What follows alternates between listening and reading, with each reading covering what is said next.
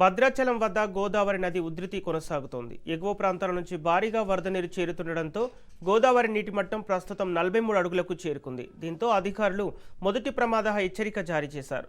లోతట్టు ప్రాంతాల ప్రజలు అప్రమత్తంగా ఉండాలని, అవసరమైతే సురక్షిత ప్రాంతాలకు తరలించేందుకు ఏర్పాట్లు సిద్ధం చేసినట్లు తెలిపారు. విపత్తు నిర్వహణ బృందాలు, రెవెన్యూ అధికారులు పరిస్థితిని ఎప్పటికప్పుడు పర్యవేక్షిస్తున్నారు.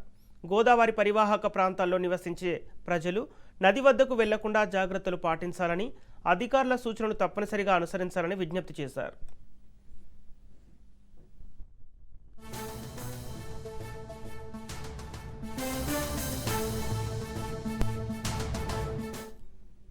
ఇదే అంశానికి సంబంధించి పూర్తి డీటెయిల్స్ మా ప్రతినిధి ఉపేందర్ అందిస్తారు. ఉపేందర్, భద్రాచలం వద్ద గోదావరి నది ఉధృతి పెరుగుతున్నట్టు తెలుస్తుంది, అప్డేట్స్ ఏంటి?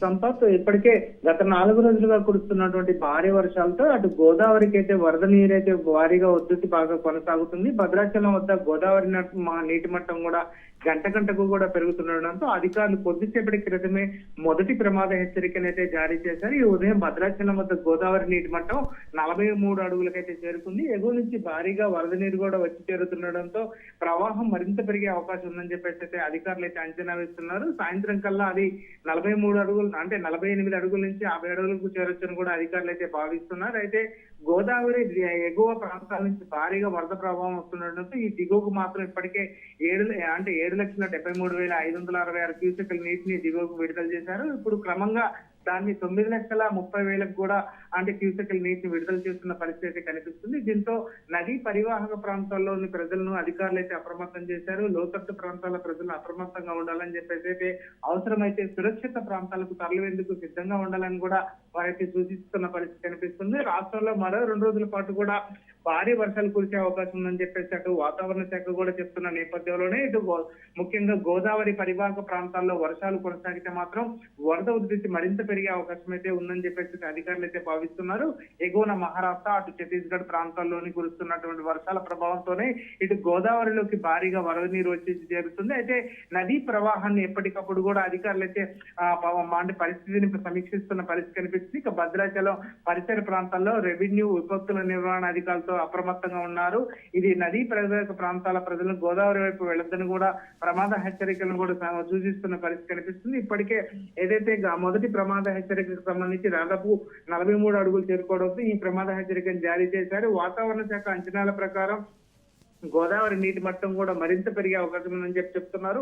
అందువల్ల గోదావరి వరద మాన్యువల్ ప్రకారం అన్ని వరద విధుల్లో ఉన్నటువంటి అధికారులు తక్షణమే అవసరమైన చర్యలు చేపట్టాలని ఇప్పటికే జిల్లా అధికారిగా ఉన్నటువంటి కలెక్టర్ కూడా సూచిస్తున్న పరిస్థితి కనిపిస్తుంది. ఇక ఏదైతే గోదావరి నదిలోకి స్నానానికి కావచ్చు, స్నానఘట్టాల వద్ద కావచ్చు, ఇటు భద్రాచలం వద్ద లోతట్టు ప్రాంతాలకు వెళ్ళొద్దని చెప్పేసి అటు ప్రజలను కూడా సూచిస్తున్నారు. అవసరం లేని ప్రయాణాలు కూడా నివారించుకోవాలని అయితే సూచిస్తున్న పరిస్థితి కనిపిస్తుంది. అత్యవసర పరిస్థితుల్లోనే జిల్లా ఫ్లడ్ కంట్రోల్ రూమ్ కు కూడా సంప్రదించాలని అయితే సూచిస్తున్న పరిస్థితి కనిపిస్తుంది. ఇప్పటికే మొదటి ప్రమాద హెచ్చరిక ఏదైతే 43 అడుగులకు చేరుకుంటే మాత్రం మొదటి ప్రమాద హెచ్చరిక జారీ చేస్తారు. దాదాపుగా 9,32,288 క్యూసెక్ల నీరు వస్తేనే ఈ 43 అడుగులకు చేరుకుంటుంది. అయితే రెండో ప్రమాద హెచ్చరిక 48 అడుగులకు చేరుకుంటే మాత్రం ఖచ్చితంగా ఇస్తారు. అప్పుడు 11,44,645 క్యూసెక్ల ప్రవాహం వస్తే మాత్రం ఈ రెండో ప్రమాద హెచ్చరిక జారీ చేసే అవకాశం ఉందని అయితే చెప్తున్నారు. గతంలో కూడా ఏదైతే మూడో ప్రమాద హెచ్చరిక కూడా 53 అడుగులకు చేరుకుంటే మాత్రం చేస్తారు. అయితే ఇప్పటికే 2002లో కూడా దాదాపుగా 71.30 అడుగులకు చేరుకుంది. దీంతో భారీగా వరద ప్రభావం రావడం, అటు భద్రాచలంలోకి నీటి చేరుకోవడం జరిగింది. అయితే గతంలో ఏదైతే 1986 సంవత్సరంలో కూడా నీటి మట్టం 75.60 అడుగులకు చేరుకోవడంతో ఆ ప్రాంతం అంతా అతలాకుతలమైన పరిస్థితి కనిపిస్తుంది. ప్రస్తుతం మాత్రం రెండో ప్రమాద హెచ్చరిక వైపు అయితే అటు ప్రవాహం కూడా కొనసాగుతున్న నేపథ్యంలోనే అధికారులు అయితే అప్రమత్తంగా ఉన్నారు. ప్రస్తుతం మాత్రం ఆ ప్రాంతంలో ఉన్న ప్రజలందరూ కూడా అప్రమత్తం చేస్తున్నారు. ఏదైతే ఇప్పటికే సురక్షిత ప్రాంతాలకు లోతట్టు ప్రాంతాల ప్రజలందరూ సురక్షిత ప్రాంతాలకు తరలివేందుకు కూడా వారందరికీ కూడా క్యాంపులు కూడా ఏర్పాటు చేస్తున్న పరిస్థితి కనిపిస్తుంది. ప్రస్తుతం మాత్రం ఇక్కడ క్రమక్రమంగా గోదావరి అయితే పెరుగుతున్న పరిస్థితి కనిపిస్తుంది. ప్రస్తుతం 43 అడుగులకు పైచిలుకుగా కూడా ప్రవాహం వస్తుంది. ఇటు ఇంద్రావతి, అదేవిధంగా మహారాష్ట్రలో కురుస్తున్నటువంటి వర్షాల నేపథ్యంలోని భారీగా ఈ గోదావరి అయితే పెరుగుతున్న పరిస్థితి కనిపిస్తుంది. ప్రస్తుతం మాత్రం ఈ గోదావరి 43 అడుగులకు పైచిలుకుగా పెరుగుతున్న పరిస్థితి ఇక్కడ కనిపిస్తుంది. ప్రజలు మాత్రం అప్రమత్తం చేశారు. Sampath, thank you Upender.